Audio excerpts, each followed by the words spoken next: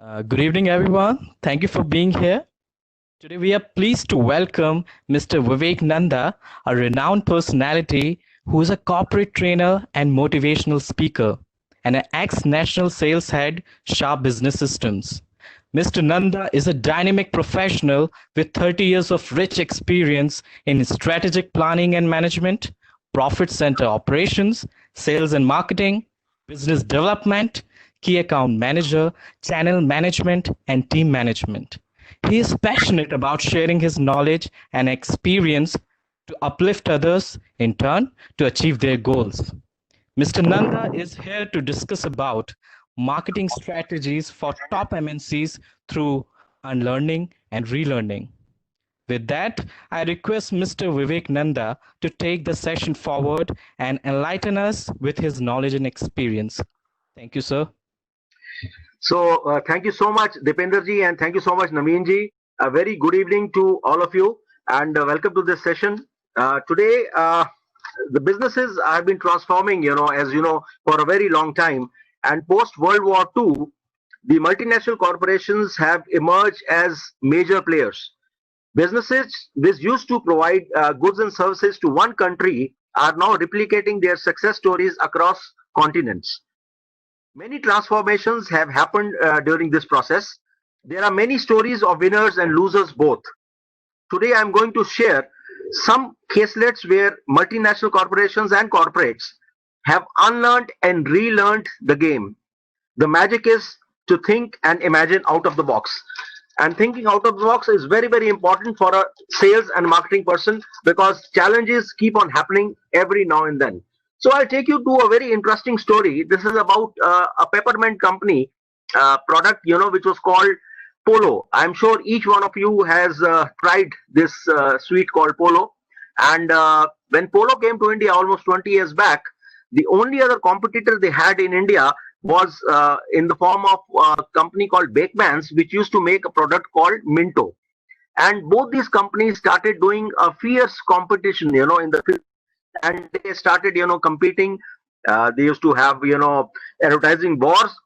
Lots and lots of what you call hoardings and boards were put up. There was print media, and they were constantly fighting on two basic things. Minto was saying, it is a mint without a hole, and Polo was saying it's a mint with a hole, and they were fighting about it. And you won't believe what happened as a consequence of this constant ad fight. People who had never tried Polo had Minto, had never had Minto, had Polo, and immediately the market started rising. And within 3 years, a 20 crore market became a 60 crore market. A peppermint market of this type had never, grown anywhere in the world. A 20 crore market became a 60 crore market. But this is just one part of the story. The real story is now what I'm going to share with you. When Nestle came to India, with this product called Polo, they had so many factories in India. They were making Maggi, they were making Nescafe, they had Maggi sauces, but they didn't have a factory to make peppermint. And the whole crux of the story is that when they came to India, they had no factory, so they contacted the nearest competitor, which was Bakemans, who had lots of capacity, and they told Bakemans, let's make Polo in your factory itself, and we'll fight it out in the market. And both the products were being made in the same factory, and this was basically an eye opener for the industry, which came as a shocker to everyone after almost 3 to 4 years when the beans got spilled out, and everyone came to know that it is a product which is being made in the same factory. But yes, there was huge amount of competition in the field. There was so much talking about the whole story.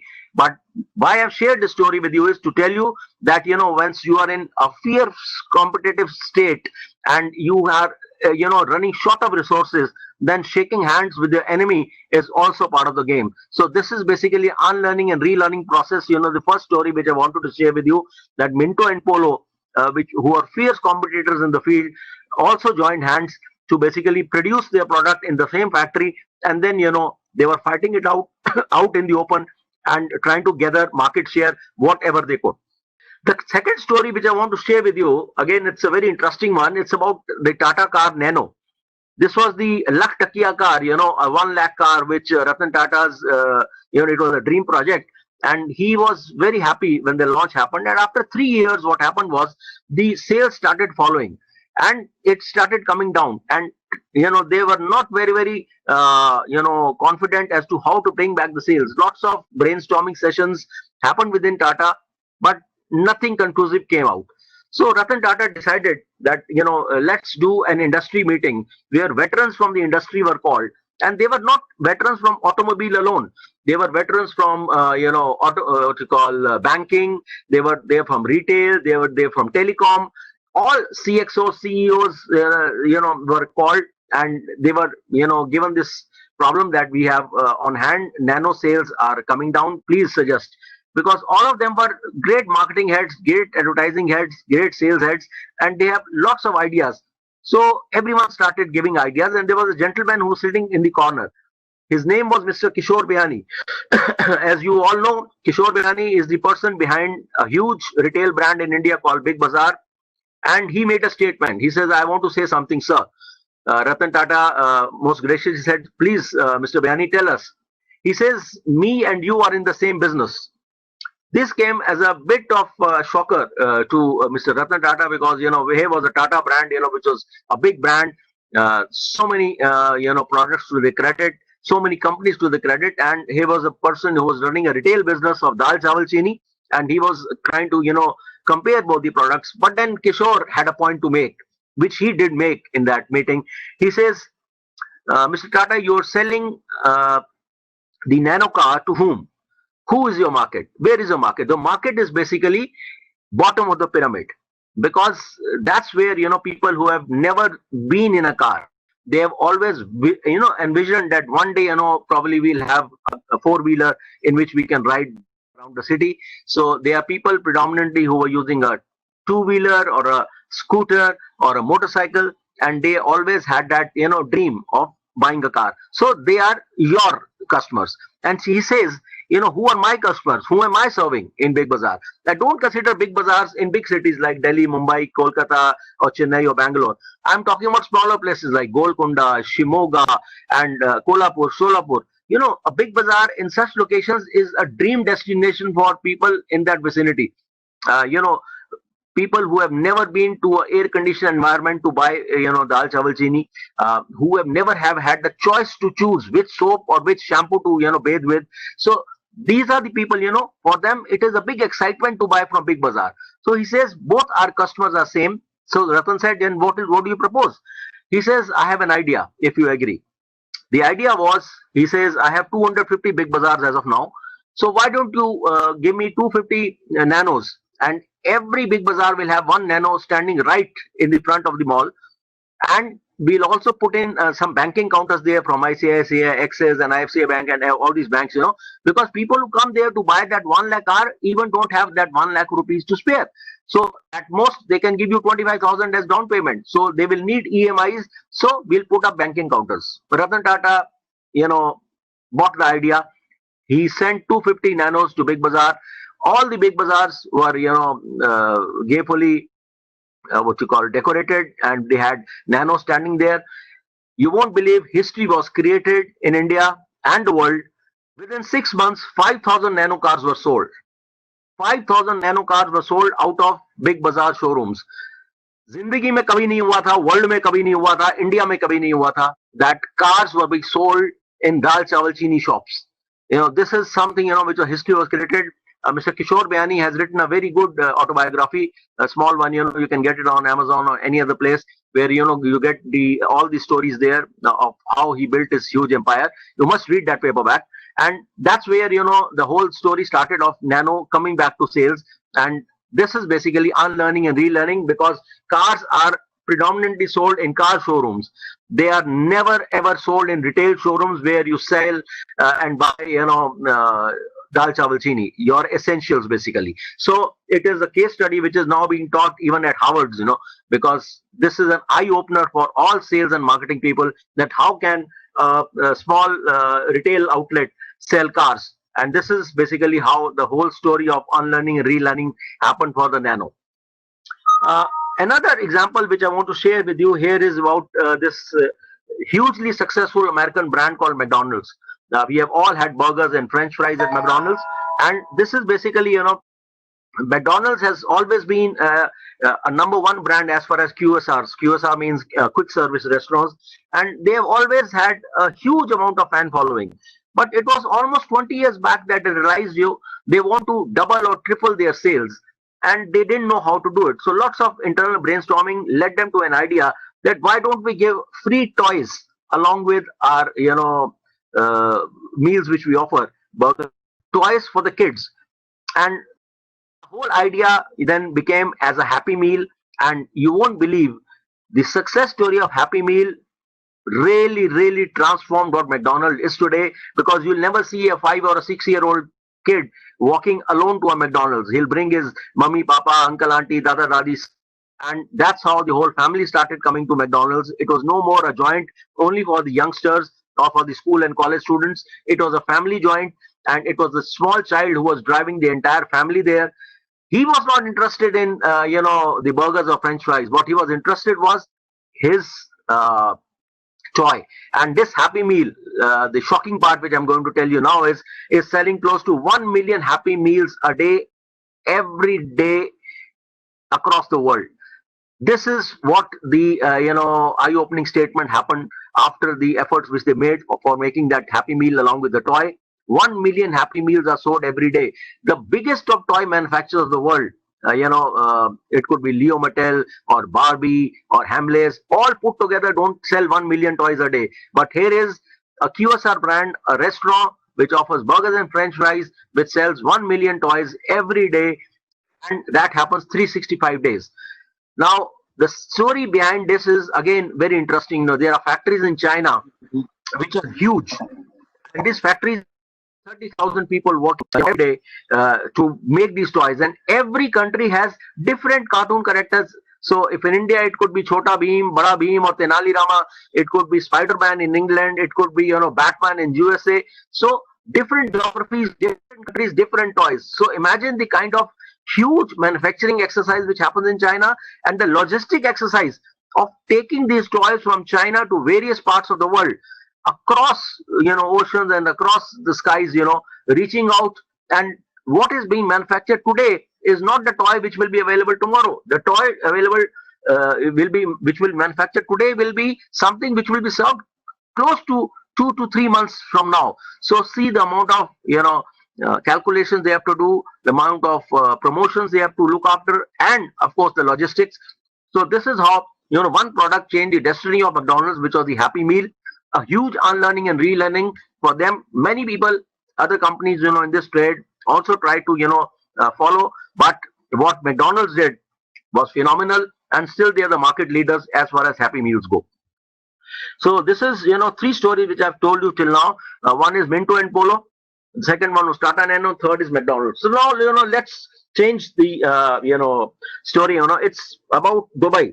And Dubai, I'm not talking the Dubai which you know today, with huge malls and skyscrapers. I'm taking you to Dubai, which is almost, very small town back in 1970s.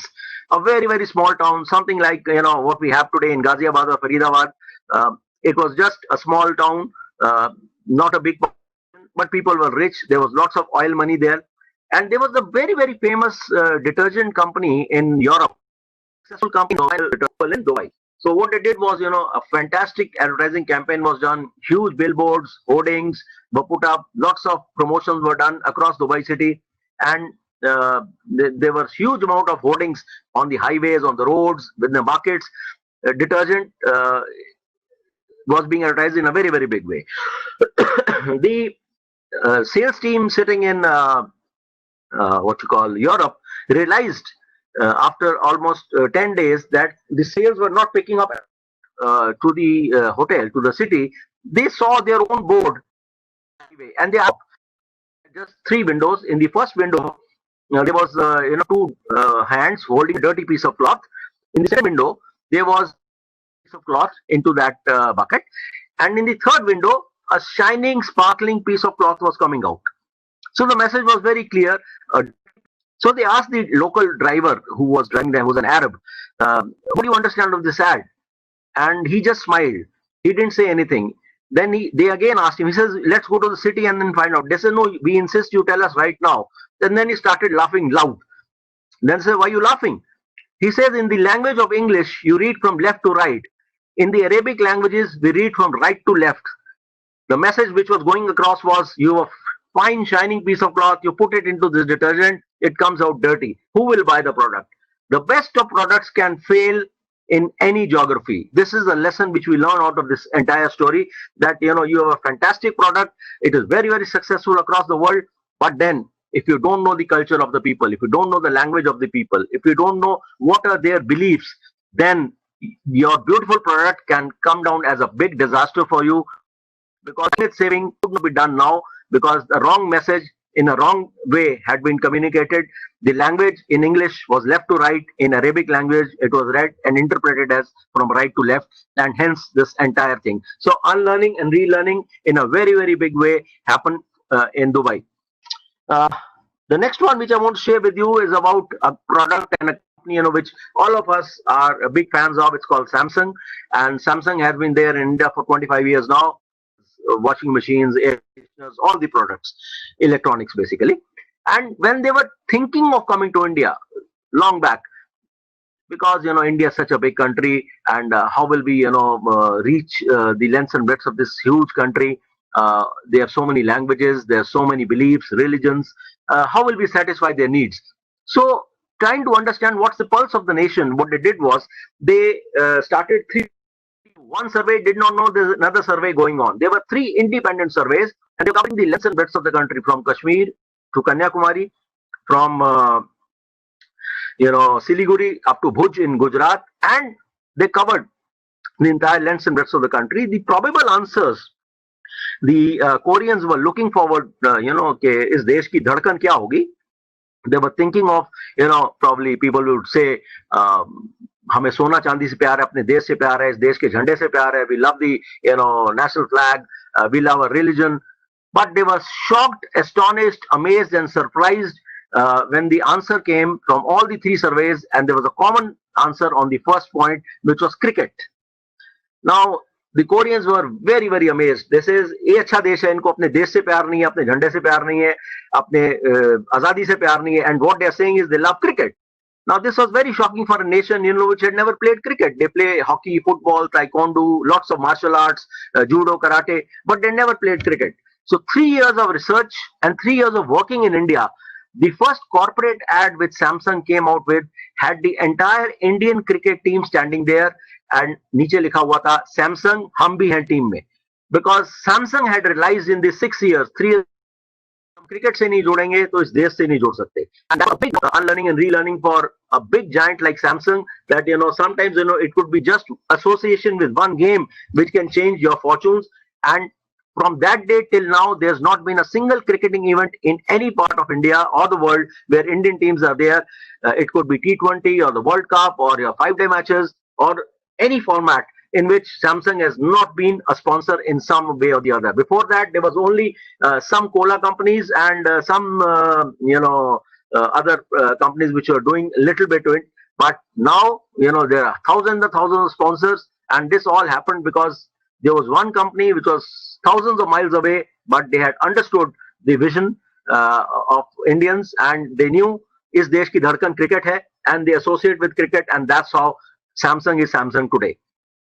One more company in the same time was also toying with the idea of coming to India, and this company was again from Korea, and this company was LG. And LG, as you know, is a very, very big electronics company, and they are also very big in chemicals across the world. So this company also, they were a bit confused as to how they will serve India in a big way, because India is huge nation. We living in India, we really don't realize the size of India, how big the country is. I'll give you one small statistics which will make you understand as to how big this country is. We all know the state of Madhya Pradesh. Now, in the geography of Madhya Pradesh, 26 European countries can fit in. This is the shocking thing. In a country, in a state called Madhya Pradesh, close to 26 European countries can fit in. This is the size of India, and there are so many more states, so many more union territories, right from Kashmir to Lakshadweep, which needs to be satisfied. So Koreans in LG were a bit confused. So उन्होंने भी survey करवाया to understand behavior of Indians. How do Indians buy, and why do they buy, and how do they buy? So that buying procedure of Indians was the key motto of that survey. And what they found out was that 60% of all capital purchase in India, when I say capital purchase, it is like TV, video, audio, music system, all big items which you buy for your home or your office. So 60% of all capital purchase in India happens in a 14-day period called Diwali. अब ये उनके लिए shocking था, because they celebrate so many festivals in their country. They have Christmas, and they have lots of Buddhist festivals, but they had never celebrated Diwali. But here they have understood that if you don't associate with Diwali, then your 11 and a half months will also go for a toss, not only those 15 days. So after coming to India, they started celebrating Diwali. They had the best of brand ambassadors. They had Shah Rukh and Kareena and Deepika and Ranveer, carrying those huge thals with diyas coming to your TV and wishing you a very, very happy Diwali. Close to 1 month before Diwali, they start the campaigns. They decorate their electronic showrooms beautifully. They give you lots of gifts. And mind you, they are celebrating Diwali better than Indians. And this is what Korean companies have done to India. Two examples which I've shared with you, Samsung and LG. And before I move on, one more thing I want to tell you about LG. Almost 5 years back, they created a world record of selling 1 million TV sets on Diwali. That's 14 days of Diwali, 1 million TV sets. Now, many of you would say, what's big about that? There are huge big sales, which happen in China, in UK, in US, where probably they could sell more TVs, in such time period.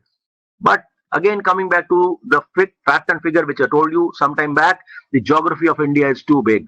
So it's, if you show an ad today which has Ranveer or Deepika, showing you a model of TV, and then if that model is not available from Kashmir to Kanyakumari, then imagine what the plight of LG would be, or for that matter, any electronic company. So imagine, LG, first of all, supplying. It's a huge logistic exercise, stocking your dealers, distributors, retailers, showrooms with all models of televisions. Second, how do Indians buy? हम लोग क्या बोलते हैं? हम दुकान में जाते हैं, शोरूम में जाते हैं, टीवी सिलेक्ट करते हैं, 5,000 रुपए एडवांस देते हैं, और उसके बाद क्या बोलते हैं दुकानदार को? भैया इसको रिक्शा में डाल, मेरे घर भेज, मैं टीवी चला के देखूंगा, टीवी बढ़िया चलेगा तो बैलेंस पेमेंट ले लेना. So this is the way Indians do. Now this doesn't happen in any part of the world. It only happens in India. Rickshaw में डालो, मेरे घर भेजो, मैं चला के देखूंगा. Here is a second part of the logistic exercise. Now first you have to deliver, the retailers and showrooms. Second is now you deliver them to the house of the customer, and there you need to have lakhs and lakhs of engineers, or say thousands of engineers, to install the televisions and get a good report and then get a payment. So imagine, selling 1 million TVs in India by LG is actually a huge world record, because you can't compare two geographies at any point of time. A huge amount of unlearning and relearning happens in these examples. So I have shared with you Minto and Polo. We did McDonald's, we did Tata Nano, and then we did. So this is how, stories happen. And younger generation today, there is so much use of social media. So you have Twitter, you have Facebook, you have Instagram, and so many more. And today, half of you are crazy about TikTok. So, today for marketeers also, it's a big challenge. How do you bring in social media into your campaigns? And something happened 6 months back, which again was social media. When I was in college, long back, those days, there was this sweet, which we call Rola Cola. Poppins की तरह के packet में आता था, and it was like the moment you put in your mouth, get a cola flavor. So it was called Rola Cola, and this was a Parle-G product. So Twitter, someone tweeted now, almost 15 years back, the product was withdrawn, and Rola Cola was not available in India for last 15 years. So one person, someone of my age group, he tweeted, "I miss my Rola Cola days." So Rola Cola was not available in India for last 15 years, and someone remembered that taste and just tweeted, "I miss my Rola Cola days." And what he did was, he also tagged Parle-G in that tweet. So immediately the marketing department Parle-G, gave a response that if we get 10,000 retweets, we'll relaunch Rola Cola. You won't believe, history was created 1 month or 1 lakh retweets. 1 lakh retweets of I miss my Rola Cola days. And imagine, entire India is not on Twitter. Your retailer, stockist, salesperson, they are not there on Twitter. So imagine how many people were waiting eagerly for that product, and they had to launch. And within short period of time, Parle-G relaunched Rola Cola. It is available well bits in the market today. Now comes the shocker. Normally, what you do when you relaunch a product, you need brand ambassadors who charge you crores and crores. It could be Amitabh Bachchan or Shah Rukh or anyone. And here, a company didn't spend even one single paisa. It was all done on Twitter, and Twitter is free. So imagine the force which social media has today. Huge amount of unlearning and relearning happened for multinationals out of this campaign. That they just rewrote history. You don't need huge amount of money spends or ad spends. You can just do it on Facebook or Twitter or any of these social media, because the reach of these is huge. So this is how and there are some people who even came up with stories. ये तो पार्ले जी ने खुद ही किया होगा. Okay, fine. If Parle ji had done tweet themselves, क्या नुकसान है? They didn't spend any amount. It was free of cost. They avoided all. One more example here, which I want to share with you, when you talk of brand ambassadors spending huge amount of money, there was one thing which they did. It's an experiment. It may, backfire, but let's give it a try. And what they did was they hired a doggy, a pug, and the company was Vodafone. And this small pug, was so cute, so nice, so lovable, and everyone was, doting around that pug. And always follow her. And the tagline, we follow you wherever you go. And they used this pug for almost 6 to 7 years, and it's been a damn successful campaign. Again, the costing is zero. They just needed one doggy, that's all. Even if the doggy is changed, you won't look alike. The issue of brand ambassadors, no huge nakras, no costings, nothing, no, it's very, very down to earth, but yet the brand recall is amazing. So see, two examples to tell you that you don't need huge amount of brand awareness exercises where you have brand ambassadors and other things. You can still manage. And if you remember, close to 6-7 years back, Vodafone had also done an experiment with Zuzus. Zuzus were cartoon characters which they used. Again, the ad spend was very, very less, but the mass appeal was great. So all the examples to tell you that biggest of corporates are unlearning and relearning all through their history, and you don't have to make all the mistakes yourself. You can always learn from mistakes of others. So that's the success of any marketing person, that he always learns from the success stories of others and also the failure stories of others. And we talk about failure stories, one idea which always comes to my mind is about one product. I want to share this story with you. You all heard of this successful brand called Derma, which makes detergent powder in India, and very, very successful in India. They've been doing fantastic business. The product is very good. Their price points are excellent. Their campaigns are very good. दूध सी सफेदी निर्मा से आए रंगीन कपड़ा भी खिल जाए. That's something kids also remember, and elders also remember. Last 20-25 years, we've been listening to that jingle. It's all ingrained in our minds. So this company, some years back, they knew that who's their customer. The prime customer who motivates the purchase pattern in a family is the housewife, the lady of the house. So they say the lady of the house is already enchanted with Nirma washing powder and the Nirma soaps. So continuing in the same strategy, they went into a very undiversified brand extension, and they brought in a product which was Nirma salt, Nirma namak. And they thought, because the buying person is same and the brand appeal and the brand pull is so strong, we'll pull it through. But you will be shocked to know that they couldn't sell much. The numbers were very small. They did a fantastic, the product, again, the salt was very good. The price points are very good. They were competing against a very big brand, which was Nirma salt, which was Tata Salt, Tata Namak. So they had to keep the quality very high. The pricing was very good, but still so they didn't know why it's not selling. They had huge amount of stocks lined up with us, dealers, stockists, retailers. समझ ही नहीं आ रहा था हुआ क्या. So what they did was they instituted a survey, and that survey went to across India, asking housewives, what are your thoughts about Nirma Namak? And they all said, Nirma is a good brand. We love the detergent. We have nothing against Nirma Namak. But then once I am cooking my dal or vegetable and I open this packet and try to put the thought which comes to my mind is detergent in my sabzi or dal. So I don't gel with the whole idea, and it's really, really, very, very odd situation for me. मुझे अच्छा नहीं लगता कि मैं अपनी दाल में या उसमें नमक डाल रही हूँ, डिटर्जेंट डाल रही हूँ. इसका मुझे एक शंका सी होती है. I don't feel comfortable.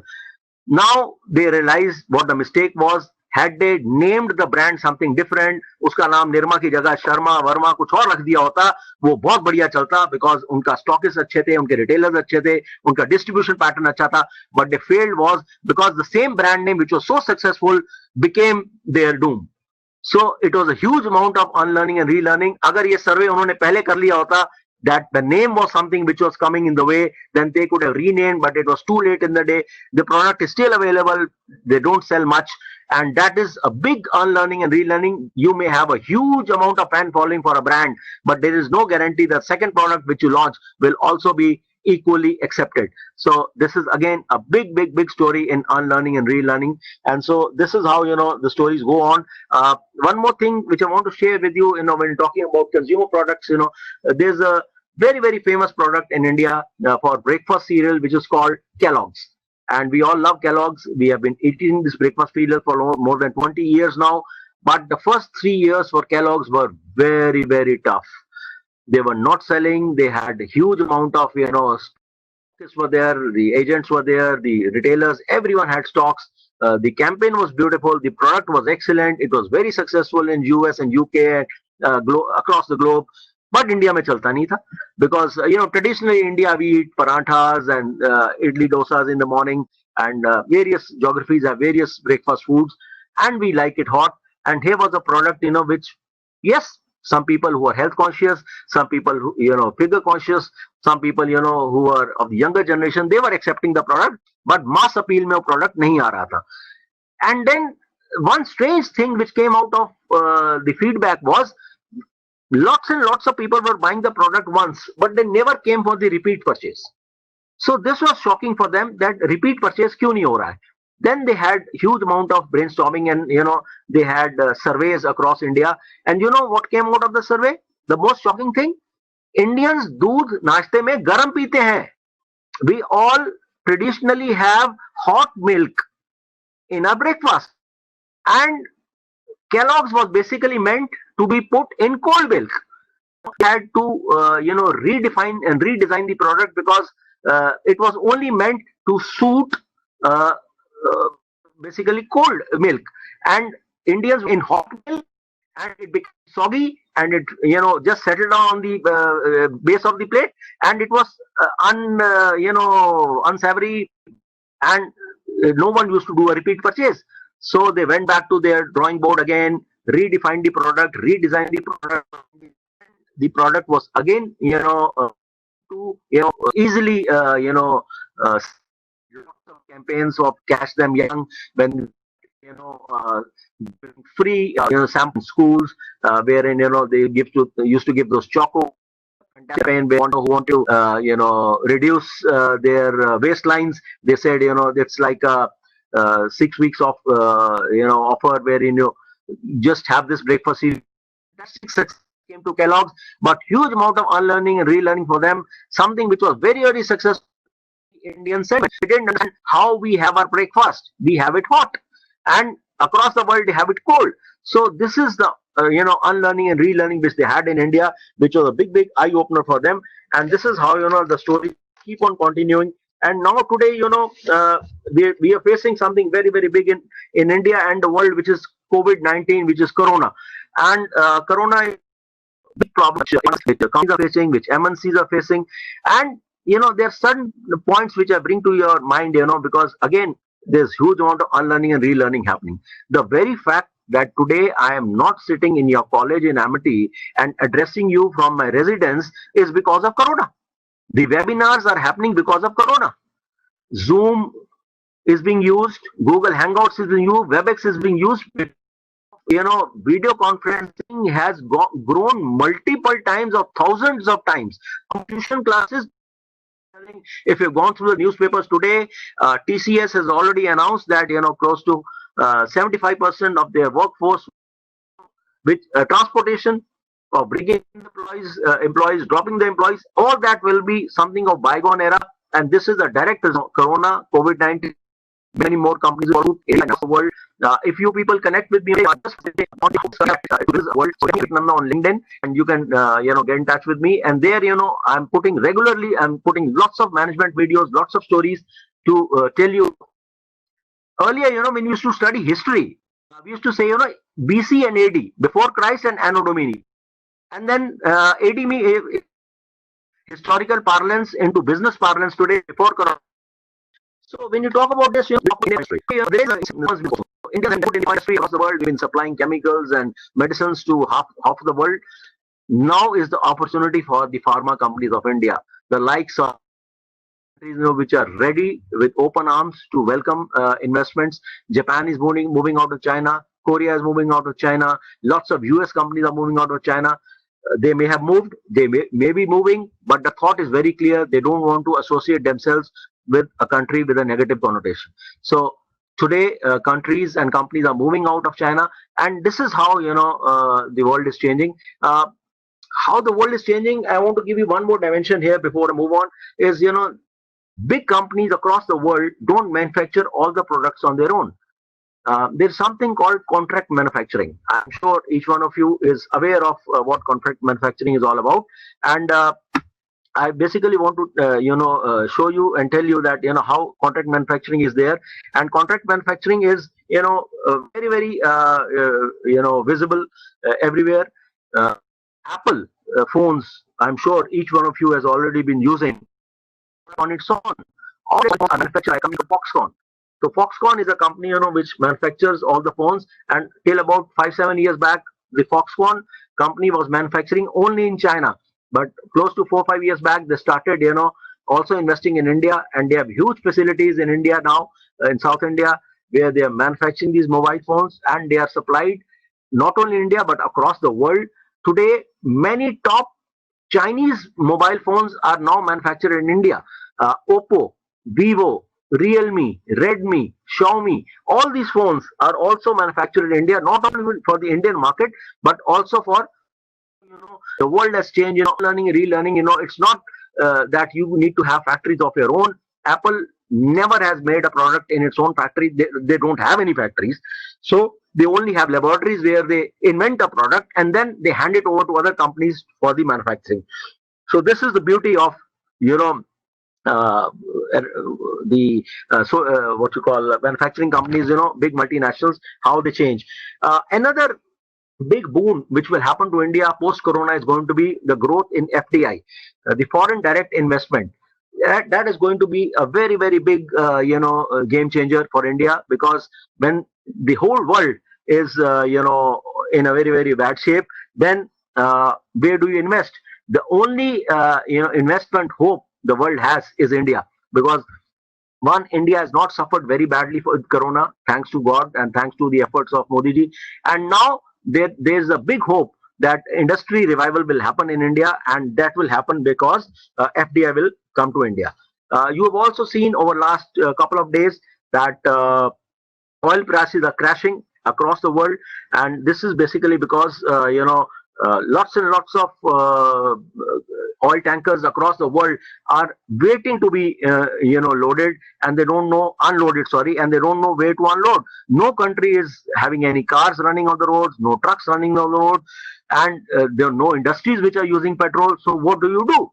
So hence the oil price are crashing. If I just mentioned some time back, if you connect with me on LinkedIn at Vivek Nanda in LinkedIn, you'll see, I just put in a post day before yesterday where I've shown, there are lakhs and lakhs of oil tankers, and they don't know where to empty the stuff, because no country is ready to unload the oil. They don't know whether their economies will require that amount of oil or not.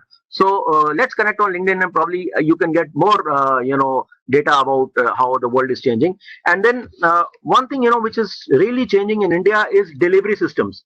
Earlier, we used to, go to restaurants and shop, hotels and eat food. And then to India, what happened was Zomato and Swiggy.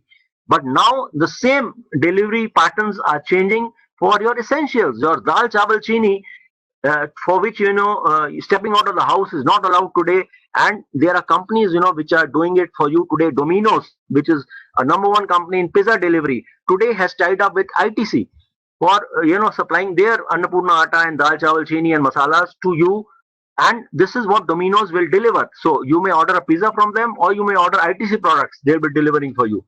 Big Bazaar, which is again a very, very big brand, is now tying up with RWAs, which are resident welfare associations across metro cities in India, and they are going to make bulk deliveries to RWAs so that people don't queue up at their Big Bazaar counters, when the lockdown opens. So this is again a big initiative.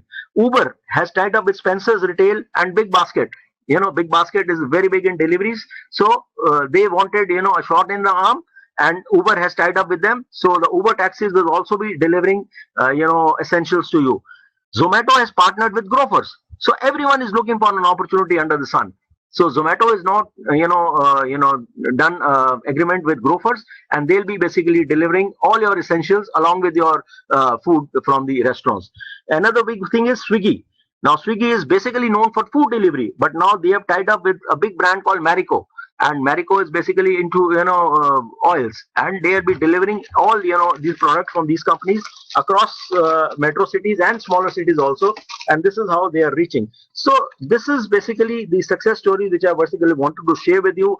And I also want to bring how transformations are changing. We discussed multinational, we discussed Indian corporates, we also discussed before Corona and after Corona. And then selling in India is not that easy. Marketing in India is something very, very different from how it happens in the world. And in India, once you learn from stories, you don't have to repeat those mistakes here in India. Sometimes there's a mistake which happens somewhere in other part of the world, and you learn from that. I'm reminded interesting story from African origin.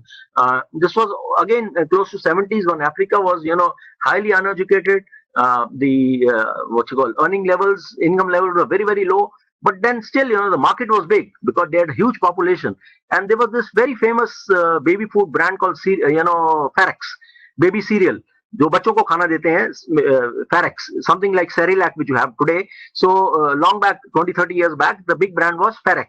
So Farex, was basically very famous in Europe, and they wanted to come to Africa in a very big way. So they launched the product with lots of fanfare in Africa, and all markets and everything were decorated, and they were stocked very well with packet, or not a single Farex had been sold. So they immediately team to Africa to study the market. कि क्या हो गया, why are people not buying? And when they started talking to locals, they asked them, how do you buy? Because communication barriers there, language barriers there. So the Africans told them, whatever photo they see on the box or the container, they understand what is there inside. So if there's a toothbrush on the packet, they understand the packet has toothbrush inside. If there's a shoe polish, they understand it's a shoe polish. If there's a shoe brush, they understand it's a shoe brush. So he says, what's wrong with this? And they started laughing because you see, Farex traditionally has those or any baby food has those sweet little kids who are made emblems of that product. And so was the Farex container, which had these cute looking babies there, white babies which are there. He says, we thought you have brought in packaged babies. So the Africans who were a bit uneducated at that point of time, they thought packaged babies have come from Europe. He said we were not ready to take packaged babies, and even if we were ready, we wanted black babies. We didn't want white babies. So see, I mean, a brand like Farex had to fall on its face. They didn't know how to market this product because it had met such a bad failure, just because they had not basically produce the right images on the containers, and they had to redo the whole thing to make people understand that it's a food product and it is not, they are not marketing packaged babies. So I mean, the huge amount of success story anywhere in the world need not replicate as a success story in the rest of the world. It can also fall back on its face. And today, with the social media, so many things are happening. The last story which most of you would have read was how Facebook had invested close to 43,000 crores in Jio. So this is a huge investment, which is coming as a shot in the arm for Reliance Group. 43,000 crores coming from Facebook, and they are going to really revamp the retail, because you see there are two big companies already in India. One is Walmart, which is coming through Flipkart, and one is Amazon, which is already there, which is already tied up in some ways with Big Bazaar. But the most biggest or happening thing which is going to happen to India already, in terms of stores, Reliance is number one, and now they want to be number one in your home deliveries essentials also. So that is basically how the fight for the market is happening in India with Facebook, which is an unrelated entry here, but it's an investment which they have made because they have a very good technology platform, and Facebook will be used for not only advertising but also for marketing. And this is how the entire game, it's a game changer for India. And lots of big brands today are changing strategies.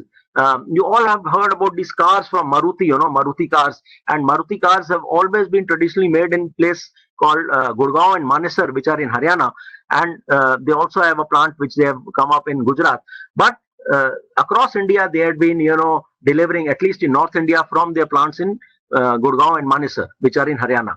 And if you have to transport a car, from Gurgaon up till Kolkata, then it is a huge amount of money which is spent in logistics.